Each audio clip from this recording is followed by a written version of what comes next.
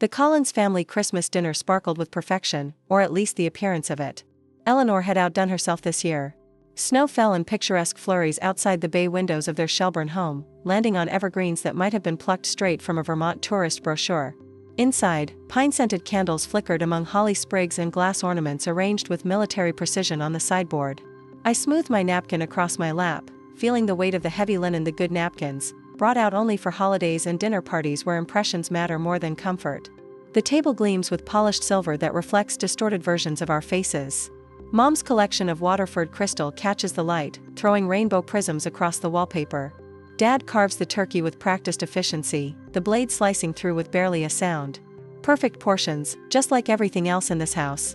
My sister Clara sits with perfect posture, her engagement ring catching the light every time she reaches for her water glass. The new lawyer fiancé couldn't make it emergency case preparation, but his absence hasn't stopped Mom from mentioning his Harvard credentials twice already. "Morgan, pass the cranberry sauce, please." Mom's voice carries that familiar undercurrent, the one that says this simple request is actually a test of my table manners. I slide the crystal dish toward her, careful not to let it scrape against the tablecloth. 20 minutes into dinner, and so far, so good. Beside me, Ethan shifts in his chair. I can feel his discomfort in the subtle way his knee bounces under the table. He's worn his best sweater, hair combed neatly, but Mom's eyes had flicked dismissively over him when we arrived. "So," Mom begins, the word hanging in the air like a guillotine blade. "Still chasing stories for pennies, Morgan?" There it is. I take a slow sip of water, buying time. The Burlington Observer has been good to me. She delicately cuts a piece of turkey, examining it before taking a precise bite. "I saw that little article you wrote about the farmer's market. Charming, I suppose." The temperature in the room seems to drop 10 degrees. Dad suddenly becomes very interested in adding more gravy to his potatoes. "Actually," Ethan says, his voice warm with pride, "Morgan's about to become an editor." All heads turn toward him. I hadn't planned to announce this tonight. "In Portland," he continues, squeezing my hand under the table. "The Maine Herald. They loved her investigative series on the opioid crisis." My mother's fork freezes halfway to her mouth. Her eyes lock with mine. A flash of something dangerous behind them. "Portland?" Her voice is quiet. The kind of quiet that precedes storms. "You're leaving Vermont for this newspaper nonsense?" "It's a great opportunity, Mom. The Herald has won regional awards for. If you leave Vermont for this nonsense." She cuts me off, setting her fork down with deliberate control. "Don't come back. You're dead to me." The words hang in the air, crystalline and sharp. The grandfather clock in the hallway ticks loudly in the silence. Clara's fork clatters against her plate.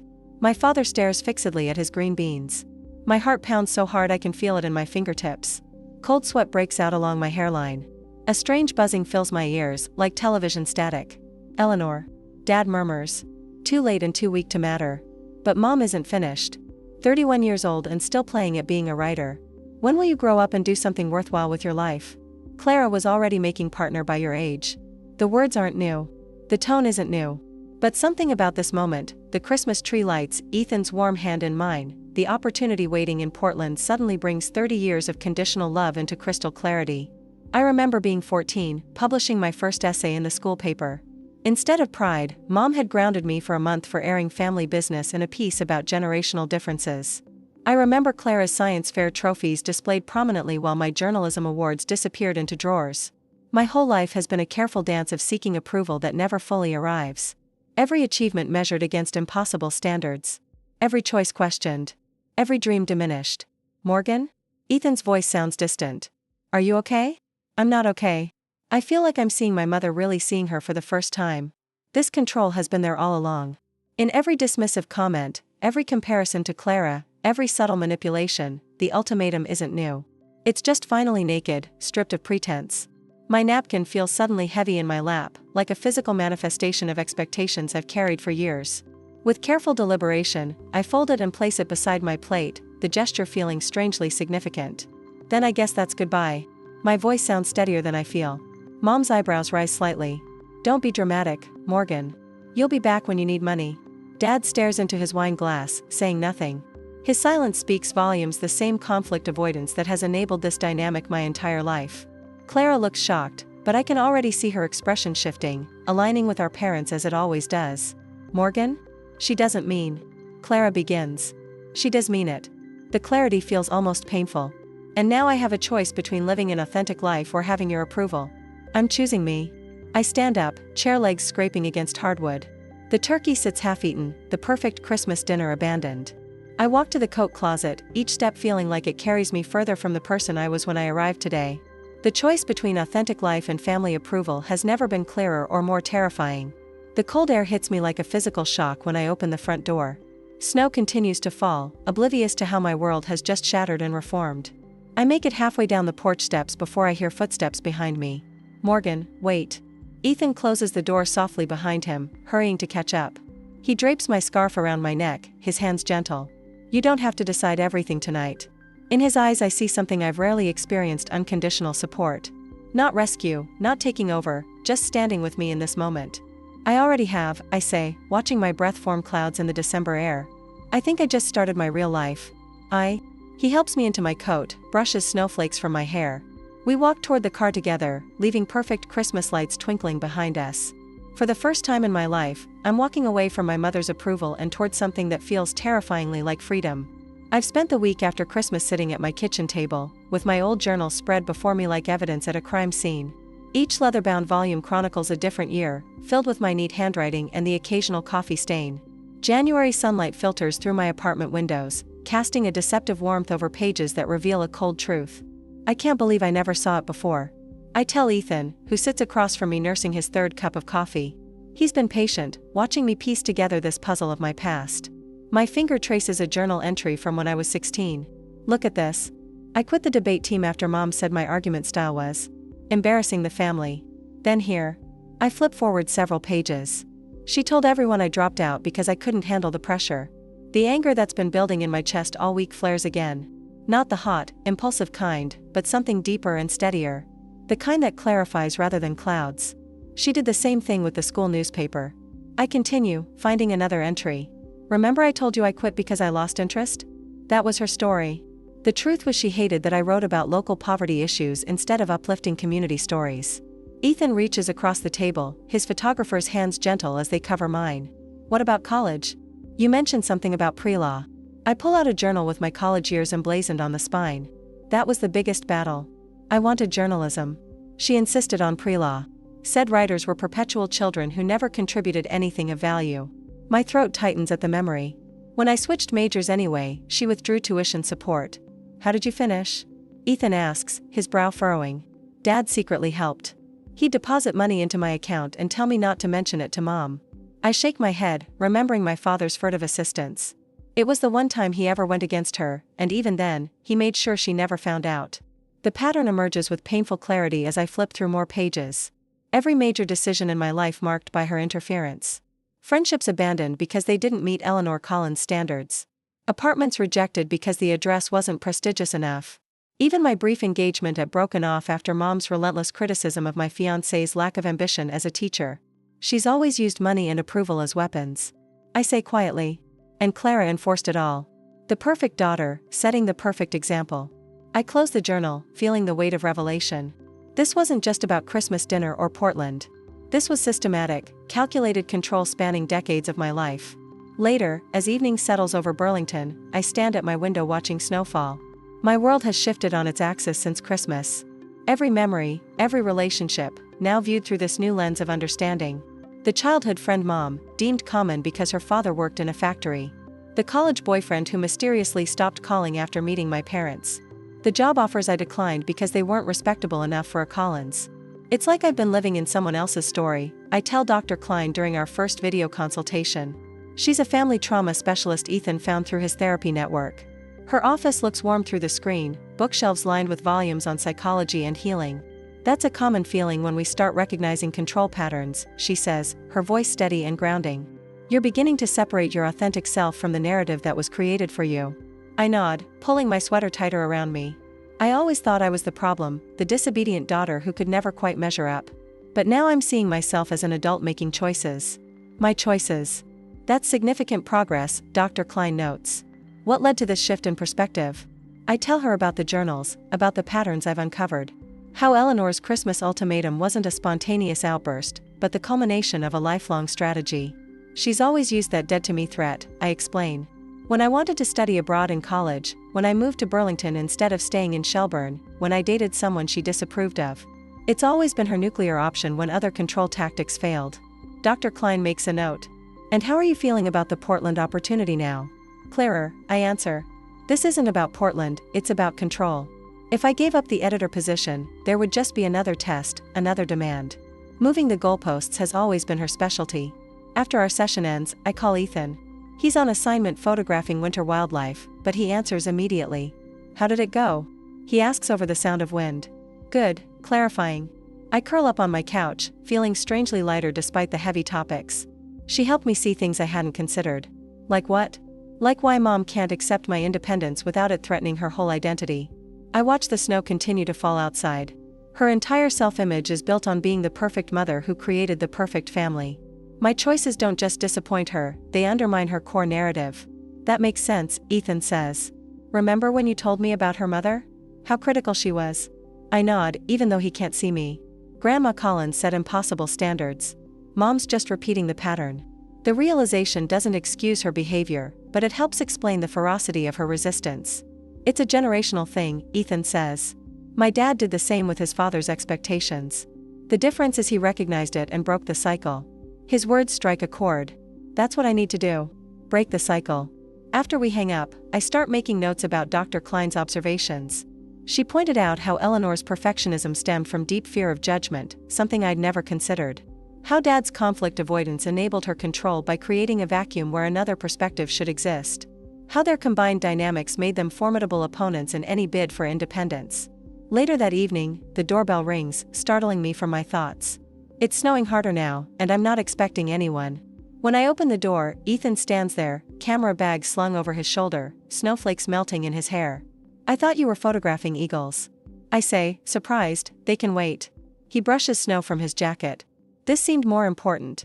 We spend the evening at my kitchen table, mapping out resources and supports. Dr. Klein will continue weekly sessions. Ethan knows people in Portland who can help me find housing. A college friend works at a newspaper there and can introduce me to the local journalism community. I need to build a life she can't control. I say, writing this down as our central goal. Ethan nods. A life where your choices are truly yours. For the first time since Christmas, I feel something beyond anger or confusion. Something like anticipation. The Portland opportunity isn't just a job, it's the first chapter of a life I choose for myself. I look at the journals stacked neatly at the edge of the table. They document a past shaped by Eleanor's expectations, but they don't determine my future. That blank page belongs to me. The following week, I sat across from Dr. Klein in her softly lit office, watching dust motes float through afternoon sunlight. The room smells faintly of lavender and old books. Her bookshelf stands organized but not too perfect, unlike my mother's display shelves, where even book spines must align precisely. Tell me about your mother's reaction when you've disagreed with her before. Dr. Klein says, her voice calm but curious. She wears a simple cardigan in burgundy, her silver-streaked hair pulled back in a practical bun. Nothing flashy, nothing designed to impress. The opposite of Eleanor Collins. It depends on the disagreement. I trace the pattern on the armchair. Small things, she dismisses. Bigger things. She escalates until I cave. Dr. Klein nods, making a brief note. And you've always eventually caved? The question lands like a stone in still water. Yes, until Christmas. And Perda. What's different about this time, Morgan? I consider this, the realization forming as I speak it. This is about my whole life, not just one decision, and I'm tired of living for her approval. Dr. Klein smiles slightly. You know, what fascinates me is how you've developed such strong investigative skills as a journalist, yet struggle to apply that same analytical thinking to your family dynamics. Something clicks. I can uncover corruption at City Hall, but I've been blind to what's happening in my own life. Not blind, Dr. Klein corrects. Conditioned, children are wired to seek parental approval, but Eleanor's love has been conditional on your compliance. I feel a flutter of recognition. She's a narcissist, isn't she? I can't diagnose someone I haven't treated, Dr. Klein says carefully. But the patterns you've described suggest strongly controlling behavior with narcissistic tendencies. The pieces fall into place. Her obsession with appearances, the golden child treatment of Clara, the constant criticism disguised as concern. The most important thing to understand, Dr. Klein continues, leaning forward slightly, is that her control worked because you allowed it. That's not blame, it's power. A small shock runs through me. What do you mean? What would your life look like if you chose it entirely for yourself? The question hangs in the air between us, both terrifying and exhilarating. I've spent my career asking hard questions of others. Now I'm finally asking them of myself. I've always had the power to walk away, haven't I? The words come out barely above a whisper. Dr. Klein nods. And now you're using it. Later that evening, I'm making dinner in my apartment when my phone lights up. Eleanor's name appears on the screen. My stomach tightens, but something else surfaces too, a strange new calm. I answer and put the phone on speaker while I continue chopping vegetables. Hello, Mother. Morgan. Her voice carries that familiar crisp authority. I've been thinking about this Portland situation. You need to reconsider. I make to do. 3 weeks ago, those words would have triggered an immediate defensive response or, more likely, capitulation. Instead, I set the knife down carefully. My career isn't up for discussion. I say evenly. A brief silence. I can almost see her blinking in surprise at my tone. Darling, be reasonable. Her voice shifts to the syrupy persuasion she uses when direct authority fails. The Observer would probably give you a small promotion if you asked. There's no need to move across state lines for some insignificant title change. I've accepted the editor position, I say, arranging the vegetables in the pan. It starts February 1st. Another pause, longer this time. When she speaks again, her voice has hardened. You're throwing away everything we've built for you. What about the family legacy? Your grandfather's collection that I've been saving for you? Your trust fund? Have you thought about what you're giving up? The old guilt rises but doesn't overwhelm me. I think about Dr. Klein's words. I've always had the power. You made your position clear at Christmas, Mother, I say. My voice remains steady despite the pounding of my heart. You said I'd be dead to you if I took this job. I'm sorry you feel that way, but my decision stands. Morgan Elizabeth Collins. You listened to me. I have listened. For 31 years. Now I'm choosing my own path. This is that boyfriend's influence, isn't it? He's always been. This is my decision. I interrupt again. Not Ethan's. Not yours. Mine. The silence stretches so long I wonder if she's hung up. Then I hear her sharp intake of breath. We'll discuss this when you've calmed down and come to your senses. Her voice is ice. There's nothing more to discuss, I say. Goodbye, Mother. The call ends abruptly, she hung up first. I set the phone down and realize my hands are shaking. But it's not fear. It's exhilaration. When Ethan arrives an hour later, he notices immediately. Something's different, he says, studying my face as he shrugs off his coat. Eleanor called, I say, setting plates on the table. She demanded I reconsider Portland. His eyebrows lift. And I stood my ground. The smile spreads across my face slowly, like sunrise. She hung up on me. He crosses the room and pulls me into a gentle hug. When he steps back, his eyes shine with quiet pride. That's huge. Dr. Klein said something today that changed everything, I tell him. She helped me see that Eleanor only had power because I gave it to her. What does it feel like? Ethan asks, reaching for the wine glasses. Terrifying, I admit. But also like I can finally breathe. We settle at my small dining table with plates of pasta and glasses of red wine. For the first time since Christmas, I feel a genuine smile form, not the polite mask I've perfected for family gatherings, but something real and unguarded. Let's celebrate, Ethan says, raising his glass. To standing your ground. To choosing my own path, I add, clinking my glass against his. After dinner, we curl up on the couch. Ethan pulls a small velvet pouch from his pocket and places it in my palm. I've been waiting for the right moment, he says. Inside is a ring, not a diamond solitaire like Clara's, but a vintage piece with an unusual green stone surrounded by tiny pearls. It's prehnite. Ethan explains, it's supposed to help let go of what no longer serves you.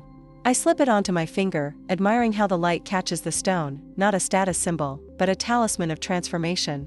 It tells your story, Ethan says softly, not hers. I rest my head against his shoulder, watching the green stone catch the lamplight. The question surfaces unbidden. Can I really build a life completely free of her influence? The voice of doubt sounds suspiciously like Eleanor's, but for the first time, it doesn't drown out my own. Tomorrow I'll call Dr. Klein to schedule another session. Tonight, I'm savoring this small victory, not just standing up to my mother, but standing up for myself. I mark the calendar with a red X. 10 days until Portland, 2 weeks to dismantle a life without setting off alarms. My apartment looks like an archaeological dig, distinct layers of my existence sorted into categories. Take, leave, donate, trash. The coffee table has become command central, covered with checklists and a notebook I've labeled Independence Protocol. The name makes me smile despite everything. It sounds like something from a spy novel, rather than the methodical dismantling of my mother's influence. 10 days. I whisper to no one. The reality settles in my stomach like cold stone. After the high of standing up to my mother during our phone confrontation, I've deliberately pulled back emotionally. That small victory was satisfying, but dangerous. It would be easy to mistake a battle for the war. Dr. Klein warned me about this. Celebration is fine, she'd said, but your mother has spent decades perfecting her techniques. Don't underestimate what's ahead. I open my contact list and begin the careful inventory of relationships. Each name requires evaluation. Who stays connected to me? Who stays connected to Eleanor? Cousin Sarah, we exchange Christmas cards but nothing more. She can remain. Uncle Thomas, Mom's brother, reports everything back to her. Limited contact only. My old high school friend Veronica is still close with my mother through the garden club. Potential risk. The process is exhausting. Each decision feels like cutting a thread in a complex tapestry. Too many at once and everything unravels. Too few and I remain entangled. My phone rings. Ethan. Just checking in, he says. How's Operation Escape Plan going? I've got 3 piles. Eleanor approved. Eleanor tolerated. And Eleanor would burn if she could. I survey my bedroom. Guess which pile is biggest? Please tell me you're keeping the leather jacket she called commune reject chic. It's already packed. I make another note in my book. I called about a new bank account today. Found one with no fees and branches in Portland. Smart move. And I'm getting my own phone plan tomorrow. No more family discount. Silence hangs between us for a moment. You know, Ethan says carefully, when we talked about this move before, it was about your career.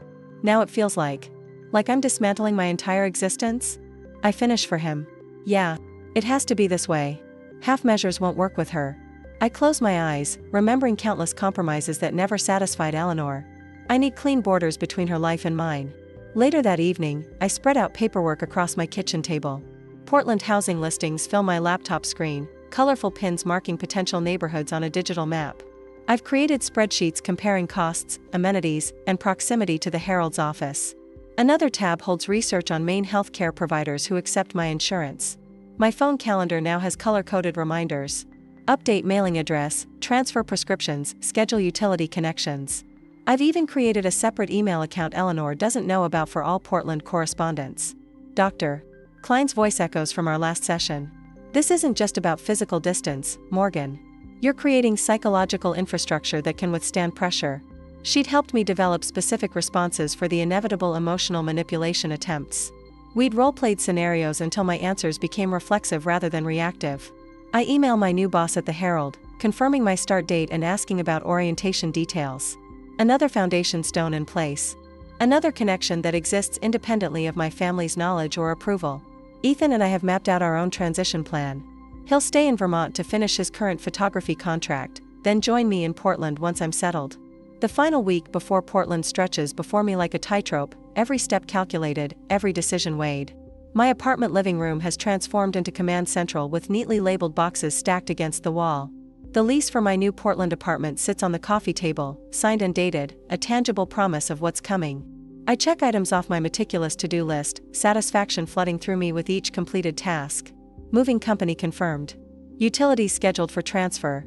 Final story submitted to my editor at the Burlington Observer with a professional resignation letter attached. You've thought of everything, Ethan says, bringing me a mug of coffee as I organize my files. His presence grounds me, a reminder that I'm not dismantling my life alone, not leaving anything to chance. I reply, sorting through medical records to establish with new providers in Portland. Not this time. The morning light catches the folder labeled Dr. Klein. Notes, sitting prominently on my desk. Yesterday's final in-person session had been bittersweet, though we'd established a schedule for virtual appointments during my transition. You've done exceptional work, Morgan, Dr. Klein had said, her eyes crinkling warmly behind her glasses. Remember what we discussed about setting boundaries without building walls? My new bank accounts and insurance policies represent more than just practical arrangements. They're declarations of independence. Mom can't freeze accounts she doesn't control. Dad can't play mediator through financial assistance. The separate phone plan means no more checking my call logs or questioning my minutes. I run my finger along the edge of my new credit card, my name embossed in raised letters. Morgan Collins, standing on her own. Ethan watches me from the doorway, leaning against the frame. You okay? You've been staring at that card for a full minute. Just thinking about how different everything will be, I tuck the card into my wallet. A month ago, I couldn't have imagined making these decisions without second-guessing myself.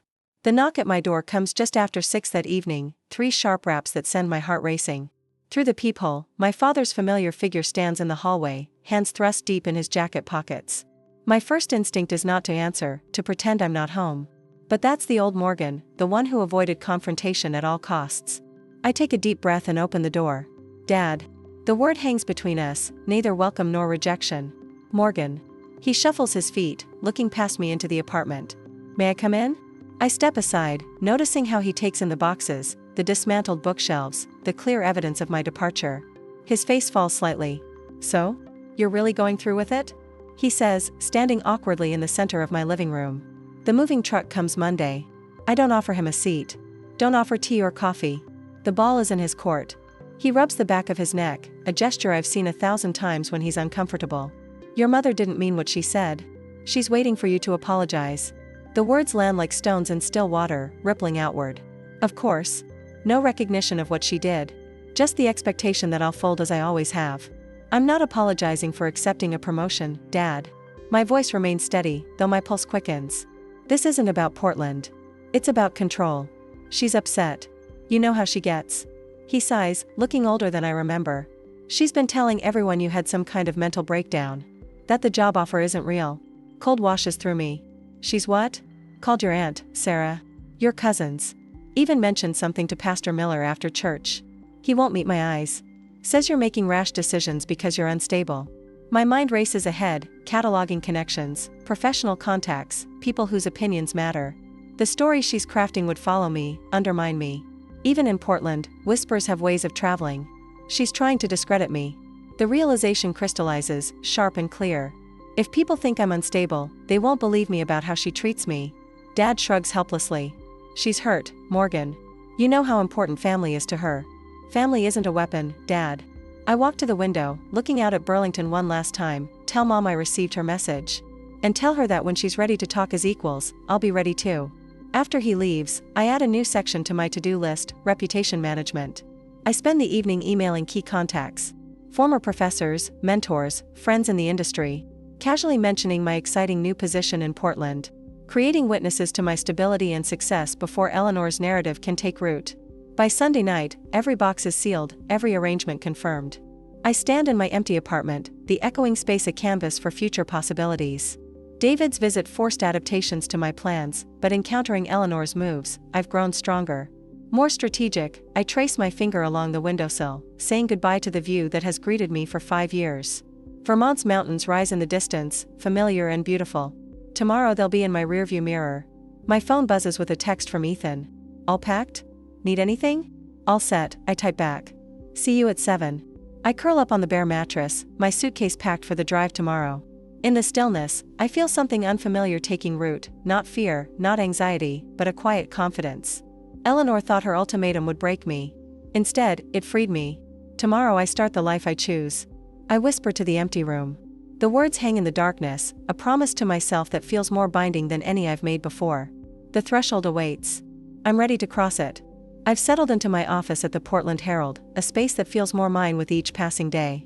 The newsroom hums with the familiar cadence of journalism, keyboards clacking, phones ringing, the occasional burst of laughter.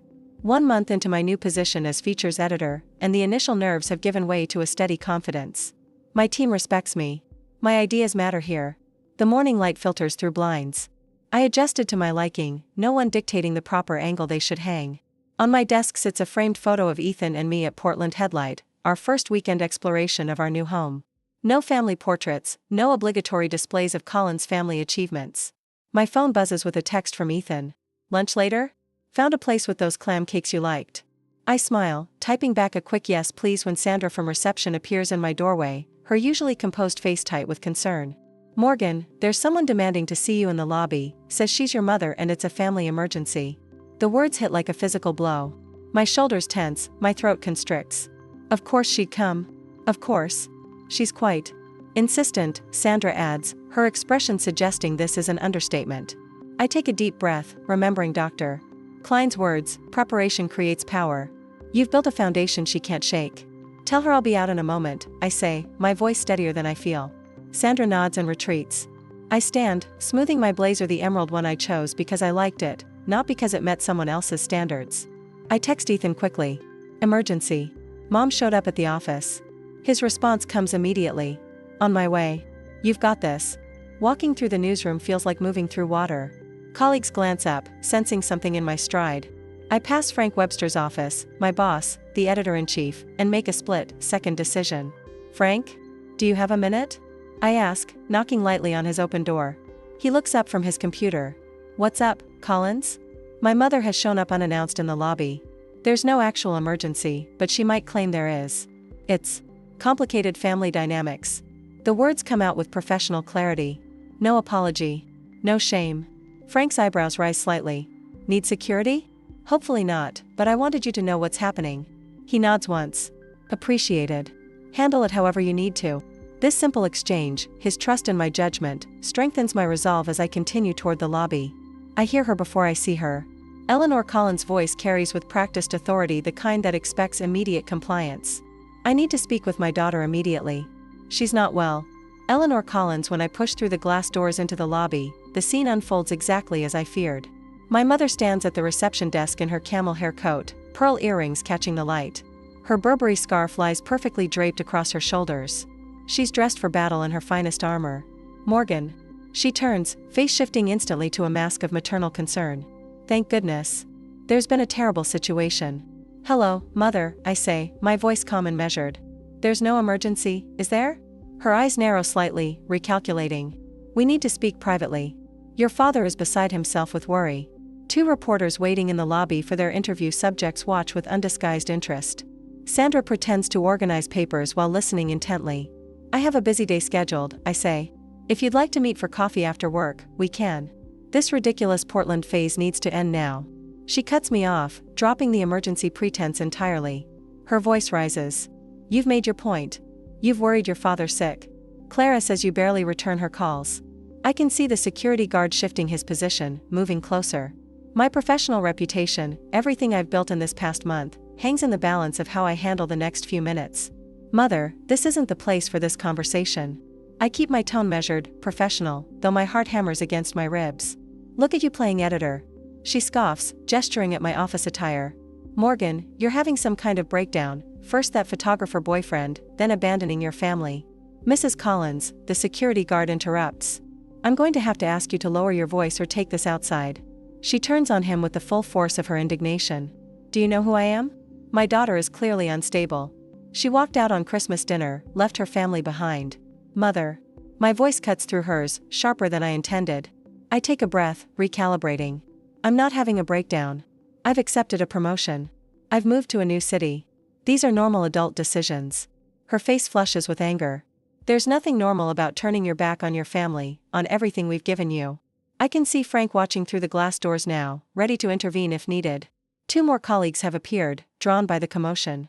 All my careful planning for professional boundaries collides with Eleanor's desperate attempt to regain control. Mrs. Collins, the security guard says firmly. I need you to step outside now. This is ridiculous. Morgan, get your things. We're going home. The moment stretches between us, her certainty that I'll cave, as I always have before. But something has changed. All the preparation of the past months clicks into place like tumblers in a lock. I am home. I say quietly. This is where I work. These are my colleagues. You can't come here and disrupt that. You ungrateful. She begins, but stops as the security guard takes a step forward. Miss Collins, should I escort your mother out? He asks me. The realization that he's asking me what to do, not deferring to my mother's authority, shifts something fundamental between us. I see the shock register on Eleanor's face. Yes, please, I say, my voice steady. My mother was just leaving. Morgan. Her voice rises again, but the security guard moves between us. Ma'am, let's step outside. As he guides her toward the door, she calls back. This isn't over, Morgan. Your father and I won't stand for this behavior. The glass doors close behind them. The lobby falls silent. I feel the weight of curious eyes on me. Well, says Frank, who has emerged from the newsroom. That was quite the morning drama. A nervous laugh bubbles up from somewhere deep inside me. I'm so sorry about that. Don't be, he says. Families are complicated, but just so you know, you handled that like a pro. I nod, grateful for his understanding. If you'll excuse me, I need to make a call. Back in my office, I close the door and dial Dr. Klein. Her familiar voice centers me as I explain what happened. You maintained boundaries while staying professional, she says. That's exactly what we prepared for. She came to my workplace, I say, the reality sinking in. She was willing to destroy my professional reputation to get me back under control. And how did that make you feel, doctor? Klein asks, angry. The word comes with surprising force. No, furious. She's never going to stop, is she? Not unless I make her. Angry. Through my office window, I can see the security guard escorting Eleanor to her car. Even at this distance, her rigid posture radiates indignation. My phone lights up with a text from Ethan. Just parked. Where are you? I watch my mother's car pull away from the curb, tires squealing slightly on the pavement. Something shifts inside me, a final tumbler falling into place. Dr. Klein, I need to go. I know what I have to do now. Morgan, remember our strategies. I will. But this ends now. No more reacting to her moves. It's time for her to react to mine. I hang up, a strange calm settling over me. The past month of careful preparation, the strategies with Dr. Klein, the transparent communication with my boss, all of it has been building to this moment. Eleanor's desperate gambit has only solidified my resolve. When Ethan appears in my doorway, concern etched across his face, I stand to meet him. You okay? He asks, searching my expression. No, I answer truthfully. But I will be. It's time to end this on my terms, not hers. The sunlight streams through my office window, illuminating dust motes that dance in the air between us. For the first time since Christmas, I feel not just prepared, but powerful. This ends now. I repeat, the words a promise to myself more than anyone else. The next day, the hotel lobby gleams with polished surfaces and muted elegance. Morning light filters through tall windows, casting long shadows across marble floors. I arrived 15 minutes early, choosing a corner with 2 armchairs and a small table. Strategic positioning backs to the wall, clear sight lines to all entrances, public enough for safety but private enough for candid conversation.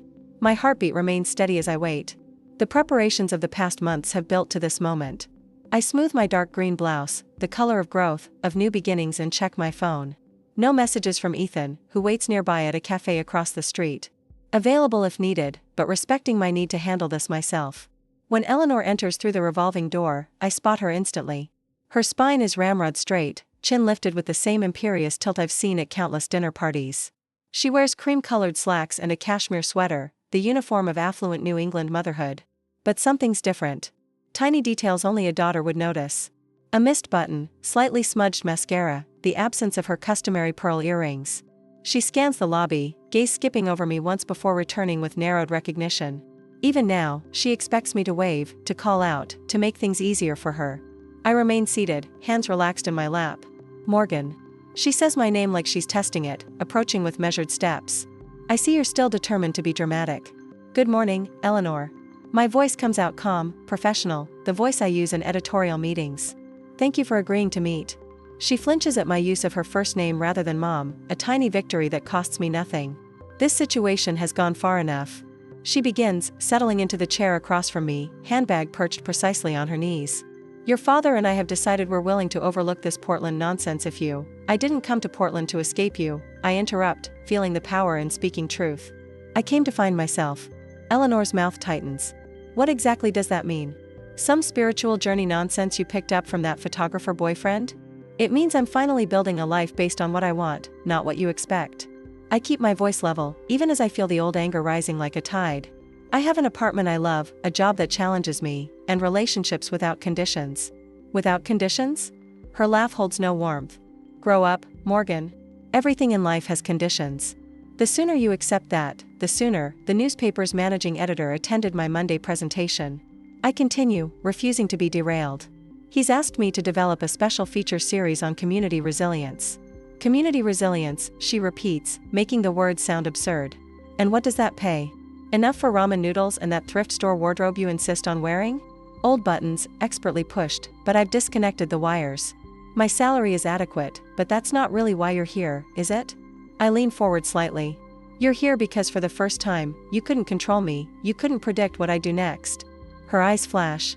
I'm here because you humiliated me in front of your father, because your sister is worried sick, because this childish rebellion is hurting people who love you. There it is, the manipulation that once would have sent me spiraling into guilt. The scene you created at my workplace was unacceptable. I say, my voice hardening. My colleagues now know exactly who you are and why I moved across state lines. That wasn't my intention, but it's the consequence of your choices. Your choices have consequences too, Morgan. Her voice drops to the familiar threatening whisper that used to freeze my blood. Family names matter at home, you know that. I've spoken with the Morrison Foundation Board, they're a major funder of local journalism. One word from me about your instability. I cut her off with a raised hand. I've already met with Catherine Morrison. We had coffee last week after she reached out about my opioid series. Eleanor's composure slips. She hadn't expected this, couldn't have known that Catherine and I connected over shared experiences with controlling mothers. The chess pieces I've methodically arranged over months now move with devastating effectiveness. The board values actual journalism, not gossip. I continue, every threat you make only confirms I made the right decision in December. A hotel employee passes nearby, glancing curiously at our tense tableau. Eleanor forces a brittle smile, always conscious of appearances. You've become so cold, she murmurs, shifting tactics. This isn't the daughter I raised. I'm exactly the daughter you raised. The truth resonates between us. Observant. Thorough. Determined. I just finally turned those qualities towards seeing our relationship clearly. Her fingers twist the leather strap of her handbag. Clara's wedding is in September. Are you really planning to miss your only sister's wedding because of this? Tantrum? Clara knows how to reach me, I say. And it's her wedding, not yours. If she wants me there, we'll figure it out. Eleanor's phone buzzes. She glances down, frowning at the screen before answering. David? I told you not to call during. She pauses, listening, her face draining of color. What do you mean you cancelled it? I specifically told you. I watched the transformation with clinical detachment, the widening of her eyes, the sudden paleness around her mouth as my father apparently delivers news she never expected to hear. We'll discuss this when I get back. She snaps, ending the call.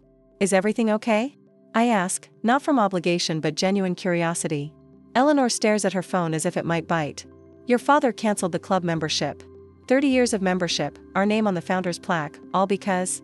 She looks up, something unfamiliar in her expression. Confusion. Uncertainty. She needs help, Morgan. My father's voice emerges from the phone on speaker, she hadn't fully disconnected the call. I'm taking her to see someone. My breath catches. In all my planning I never expected this. My father finally standing up, setting his own boundaries. Eleanor jabs at the phone, ending the call properly this time. He's overreacting. This ridiculous family drama has gotten to him. It's not drama. It's consequences. The words come easily now. You told me I was dead to you if I chose my career. I made my choice. Now you're facing yours. Her face crumples momentarily before hardening again. So, that's it? 31 years of motherhood erased because I pushed you to aim higher than some small-town newspaper? This isn't about the newspaper. I lean forward, meeting her gaze directly. It's about control. It's about conditional love. It's about punishing me for choices you didn't approve of, from journalism school to Ethan to Portland. She glances around the lobby, clearly uncomfortable with this public dissection. A young couple with suitcases gives us a wide berth, sensing the tension. I want what's best for you. She insists, but the words sound hollow, even to her. You want what you think is best, I correct her. There's a difference. Eleanor gathers her purse, preparing her exit strategy. When you've had time to think about this rationally. I've had months to think about it. I remain seated, refusing to rise for the customary Collins family goodbye ritual. I've thought about little else. My terms are simple. I'll consider contact when you're ready for a relationship between equals. No manipulation. No ultimatums. No controlling my career or relationship choices. And if I don't agree to these terms, the word tastes bitter in her mouth. Then nothing changes. I continue building my life in Portland. You continue in Vermont. We acknowledge that a relationship isn't possible right now. She stands, smoothing invisible wrinkles from her slacks. You sound like a lawyer drafting a contract, not a daughter. I sound like an adult setting boundaries. I correct her. When you're ready for a relationship between adults, I'll be here. Eleanor opens her mouth, then closes it. For perhaps the first time in my life, my mother has no prepared response, no counterattack. The realization of her powerlessness settles over her like an unfamiliar coat. She turns without another word, walking toward the revolving doors with measured steps. Her shoulders, usually perfectly squared, curve slightly inward. Not defeat. Eleanor Collins doesn't admit defeat, but perhaps the first recognition that victory is no longer possible. I remain seated, watching her disappear through the glass doors, the weight that's pressed against my chest since Christmas lifts completely. Not because I've won, but because I've finally stopped playing a game with rules designed to ensure I lose. My phone buzzes with a text from Ethan. Everything okay? I type back, better than okay. It's over. I'm free. And for the first time since I can remember, those words feel absolutely true. I stand at the window of my Portland apartment, watching seagulls circle over the harbor. It's been 3 days since the confrontation with my mother in the hotel lobby, and I'm still processing what happened. The weight I've carried for years has lifted, replaced by an unfamiliar lightness that makes me feel almost buoyant.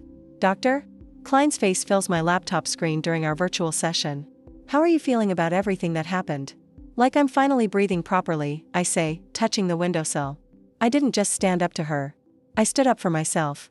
That's an important distinction. Her voice carries the steady warmth that's anchored me through this transformation. Yesterday, I changed the headline on a feature piece without second-guessing myself for an hour first. I laugh at how small yet significant this feels. And last night, Ethan and I picked a restaurant without me worrying about what Mom would think of the decor. Those everyday moments are where real freedom lives, Dr. Klein says. The editor-in-chief actually complimented my decisiveness on the city council corruption piece. Pride swells in my chest, untainted by the voice in my head that always whispered I wasn't good enough. And I'm sleeping better. No more 3 a.m. anxiety spirals about disappointing her. So, I describe how I've stopped checking my phone constantly for missed calls from Vermont. How colors seem brighter, food tastes better. How Ethan commented that my laugh sounds different, fuller. Uninhibited by the constant awareness of potential criticism. You're experiencing life without anticipatory anxiety, Dr. Klein observes. This is what healing looks like, Morgan. The morning light catches the edge of my coffee mug, the handmade one I bought at the farmer's market last weekend simply because I liked it, not because it matched anything or impressed anyone. What's next? She asks. Everything, I answer. And for the first time, that doesn't feel terrifying. 6 months later, I stand in the newsroom pinning the final layout for my feature series on community revitalization to the board. The promotion to senior editor came through last month, ahead of schedule. My team gathers around, their respect evident in their attentiveness. This is excellent work, everyone, I tell them, meaning it. My voice carries a confidence that no longer feels borrowed. Later that evening, Ethan and I walk along the eastern promenade as sunset paints the water in shades of gold. His fingers intertwine with mine, the vintage emerald ring on my left hand catching the light.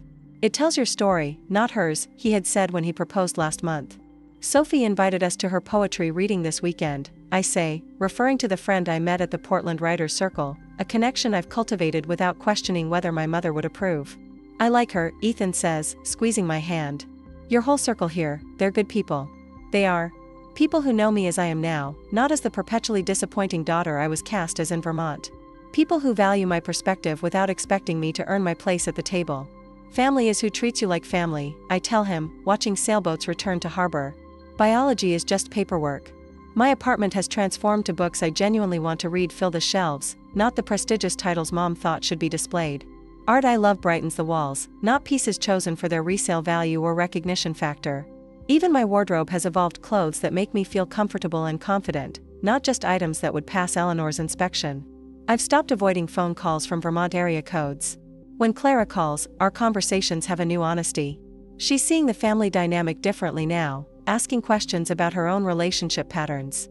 Dad has started therapy, something I never imagined possible. Small changes, but significant ones.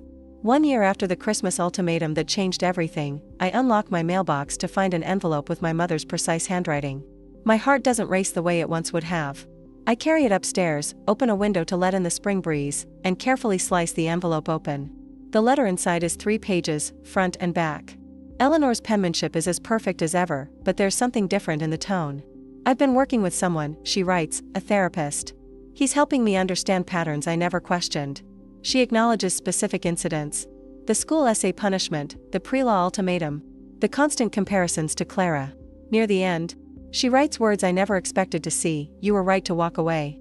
I sit with the letter for days before responding with a simple note, thank you for your letter, I'm open to a short video call after the holidays. When that call finally happens, I notice changes immediately. She sits in her home office, perfectly groomed as always, but there's less rigidity in her posture. She asks about the flower arrangements before catching herself. I'm sorry, she says, surprising me, that's not my place, this is your day. The conversation isn't perfect, old patterns don't dissolve overnight. But there's a tentative new framework forming, one where I don't need her approval to feel whole. And she's beginning to see me as a separate person worthy of respect. I'm proud of the work you're doing, I tell her as we prepare to end the call, meaning both her therapy and her attempt to rebuild our relationship. After we disconnect, I stand at my window again, watching Portland bustle below. The woman who trembled at a Christmas dinner table a year ago feels like a different person, someone I've both become and always been beneath the weight of expectations. My next feature series will focus on family estrangement and reconciliation. My editor position allows me to shed light on stories that might help others find their way. Ethan and I are planning a honeymoon to places neither of us has seen. Life stretches before me, unscripted and mine to shape. When someone tells you you're dead to them for choosing yourself, sometimes that's the moment you finally start living.